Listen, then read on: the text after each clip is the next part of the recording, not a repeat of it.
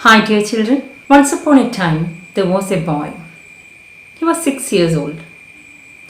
And one day he got a hatchet, a new hatchet. Like all other enthusiastic, innocent children, he also wanted to do some experiment with this hatchet, the new tool he got. He ran to his garden and chopped everything that came in his way. Then he saw a beautiful cherry tree in the garden. Red cherries were hanging on the branches of the tree. Without much thinking, he cut the trunk of the tree using his hatchet. He was happy first, but after a few moments, he thought about his action. It was his father's favorite tree.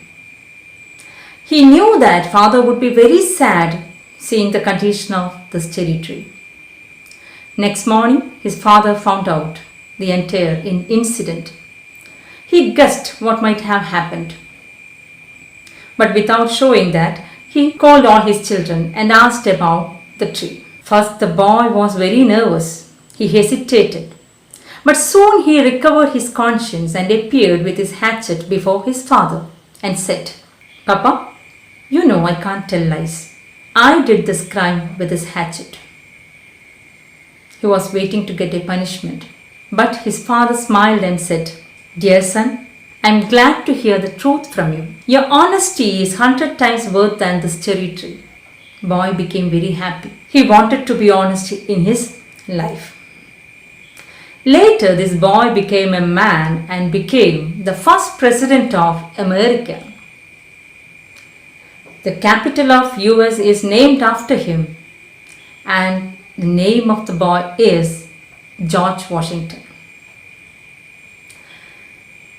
There was another boy in another country, again a teenager, 12 or 13 years old. He and his brother noticed that their uncle had a habit of smoking. They were fascinated by uncles making puffs while smoke.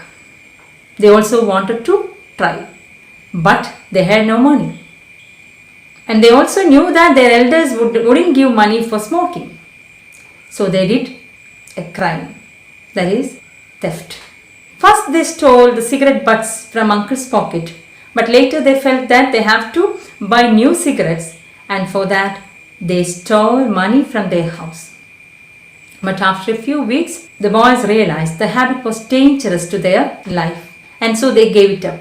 But his brother had borrowed some money from his friends for buying cigarettes, and for paying this debt of a small amount, around 25 rupees, the brothers decided to steal again. This time not money, but a piece of gold from brother's bracelet. It was easy for them to cut a piece of gold from the bracelet. They cut it and sold that piece and paid their debts. But the younger one, his heart became very heavy. He felt a guilty feeling, and he decided to confess everything to his father. At that time, their father was bedridden. He wrote a letter disclosing every crime he had committed till that day, and he handed it over to his father. Lying on his bed, father read the letter. The boy was sitting near the bed, waiting to get a scolding, or at least an advice or a warning from his father. But instead, father cried. It touched the boy. It was a cry of happiness. In that letter, the boy made a vow that he wouldn't repeat the crime again. That touched his father. His father was confident about the boy.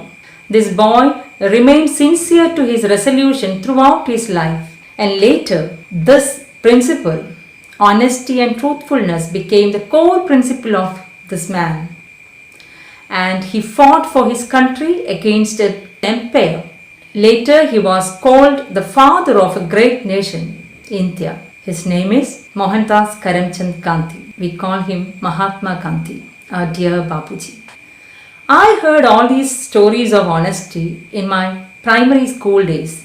I was fortunate to get good teachers in my primary classes in our convent school. I remember my Eliza teacher, my class teacher in the 4th standard, who used to spend at least one period every week to tell moral stories to us with her motherly affection. And we were lucky to get opportunities to present papers or speak on topics, simple topics like honesty, obedience, hard work, etc. in our small class gatherings that happened every month. We all loved those monthly meetings.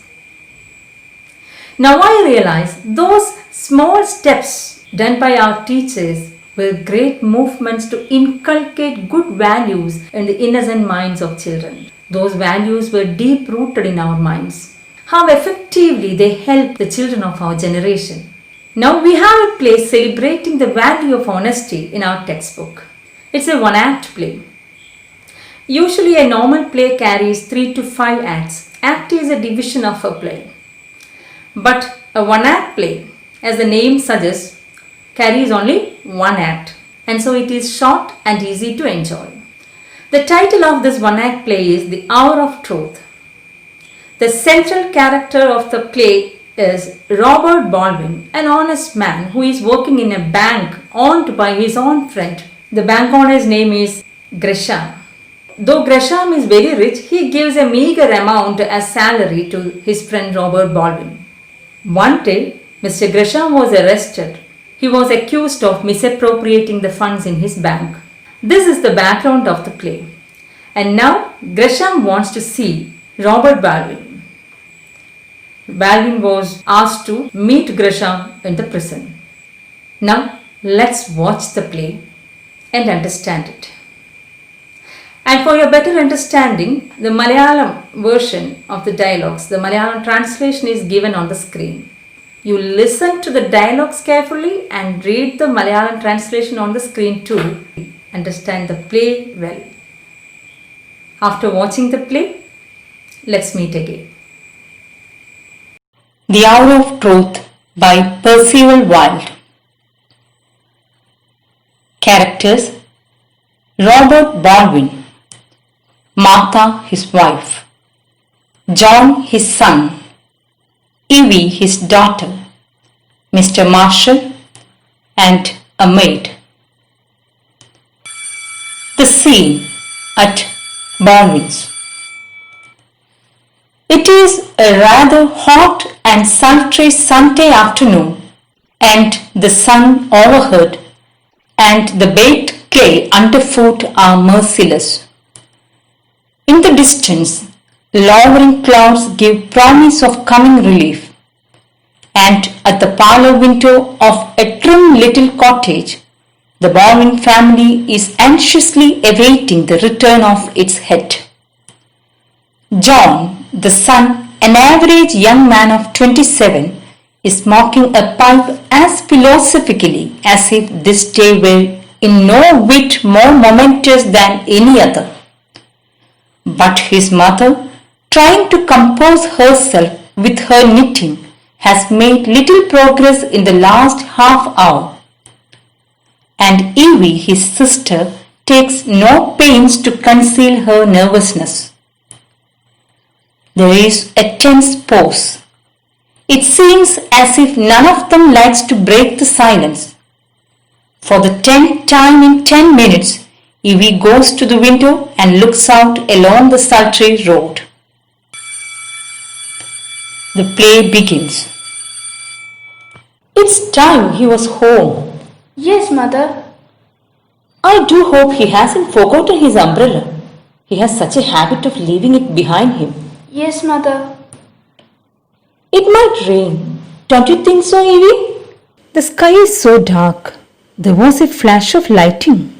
John, run into your father's room and see that the windows are closed. That's a good boy. Righto. Mother, what does Mr. Gresham want with him? Has he done anything wrong? Your father? No, Evie. Then why did Mr. Gresham send for him? He wanted to talk to him. What about? Mr. Gresham has been arrested. They are going to try him tomorrow. What can he want with father? Your father will have to give evidence. But he is going to give evidence against Mr. Gresham. Why should Mr. Gresham want to see him? I don't know, Evie. You know, your father doesn't say much about his business affairs. I didn't know there was anything wrong with the bank until I saw it in the papers. Your father wouldn't tell me to draw my money out. He thought it wasn't loyal to Mr. Gresham. I did it of my own accord, against his wishes, when I suspected. Do you think that father had anything to do with? With the wrecking of the bank?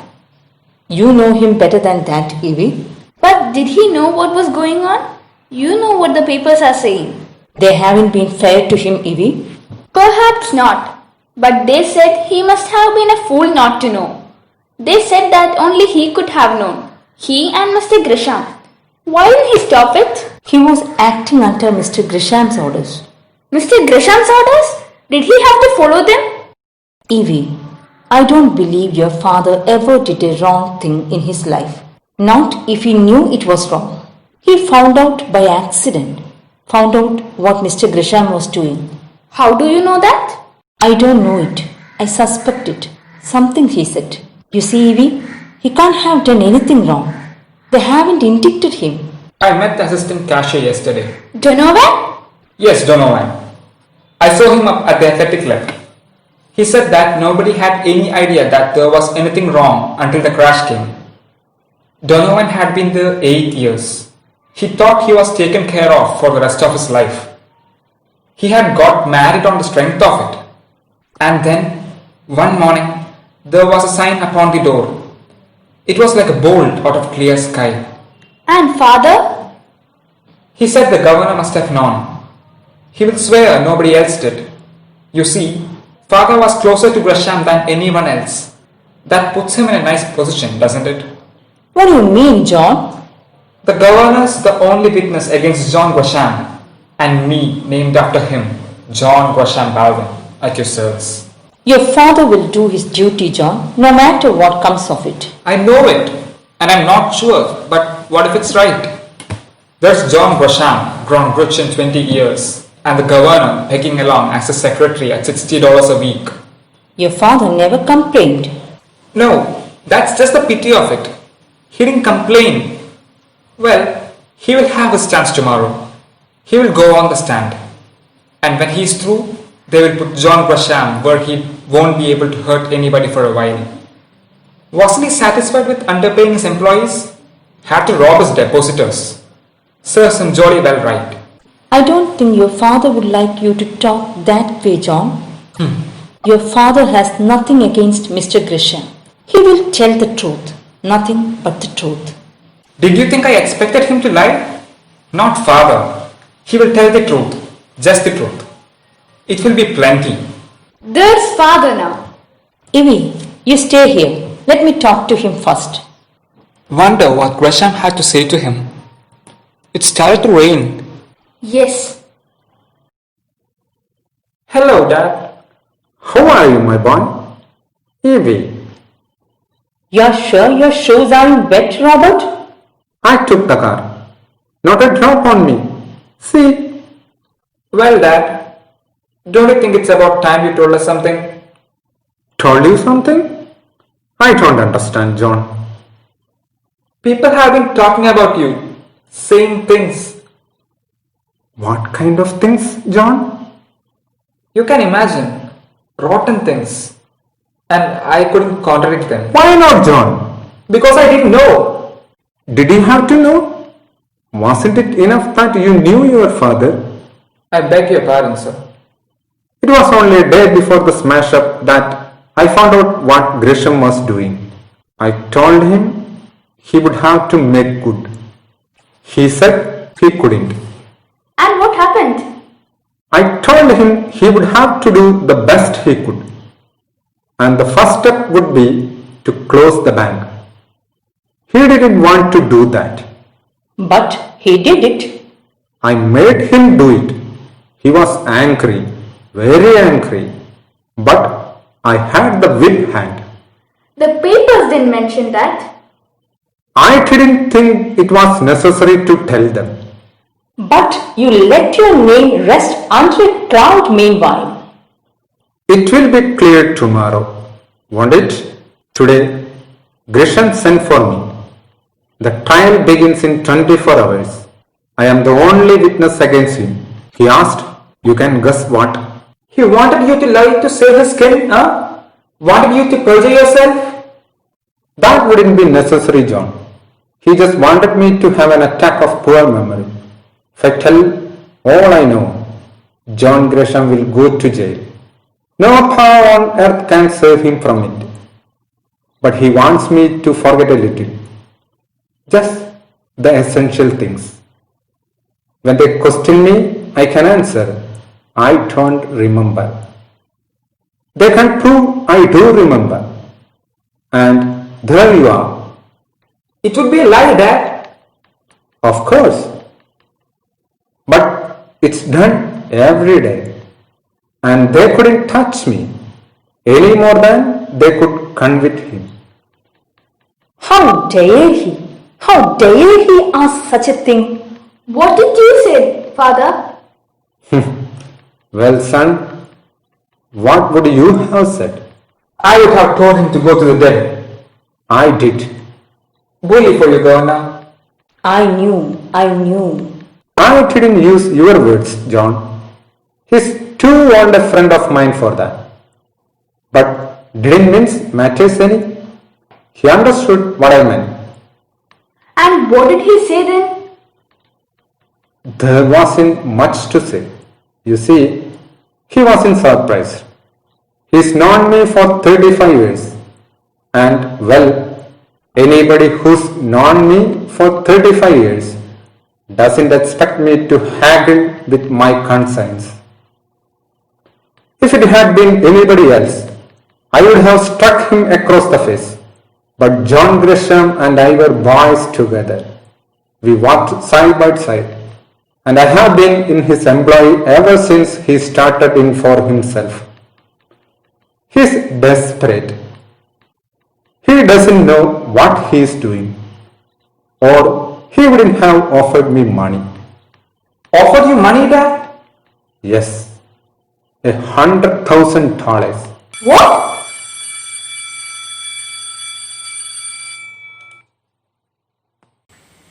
Dear children, we saw how supportive Baldwin's family is. His wife and children asked him to give evidence against Gresham in the court.